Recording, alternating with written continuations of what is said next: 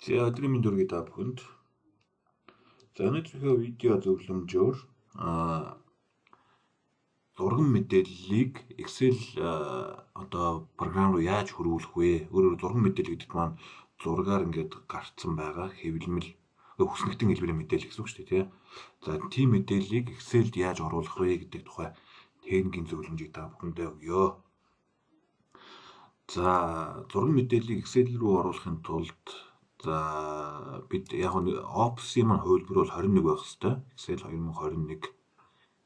За тэгээд Excel 2021-ийн data засны from pictures гэсэн энэ командыг ерөнхийдөө бид ашиглана гэсэн үг. За би энэ Facebook-ээс энэ мэдээллийг авчээ. Энэ зураг мэдээлэл. За энийг би copy аваад үдүнгэн дээр гарна from pictures pictures from clipboard гэдэг. За ингэ оруулчих.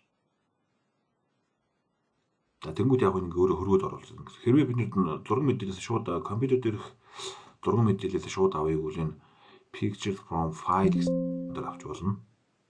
Хэрвээ зүгээр нэг copy paste хийсэн мэдээллийг авахын тулд энэ pictures from clipboard гэсэн энэ сонголтоор ингээд авч байгаа. За ингээд ороод ирэнгүүт нөгөө зурган мэдээлэл маань иймэрхүү хэлбэртэй шилжээ ороод ирж байна. За энд улааж байгаа энэ улаан ягаан өнгөтэй нөлөөлөх төр ингээд алдаатай орсон байж магадгүй гэсэн анхааруулад байгаа. Тэгэхээр энэ дээр дарангууд яг энэ зөв үү биш үү гэдэг нөгөө YouTube-д харьцуулж харуулж байгаа. Яг үндсэн мэдээлэл зурган мэдээллийн нэг хэсэгтэй. За хэрвээ окей зөв байх юм бол яг accept гэх ингээд дараа явчихна. Энэ дээр нөгөө зарим нэг мэдээллүүд нь алдаатай орох магадлалууд байдаг учраас одоо шил энэ 1C гэдгийг IC гэж орж ирсэн биз дээ, тий. Тэгэхээр энийг хэдүүлээд 1C гэж болгоод тасчихна.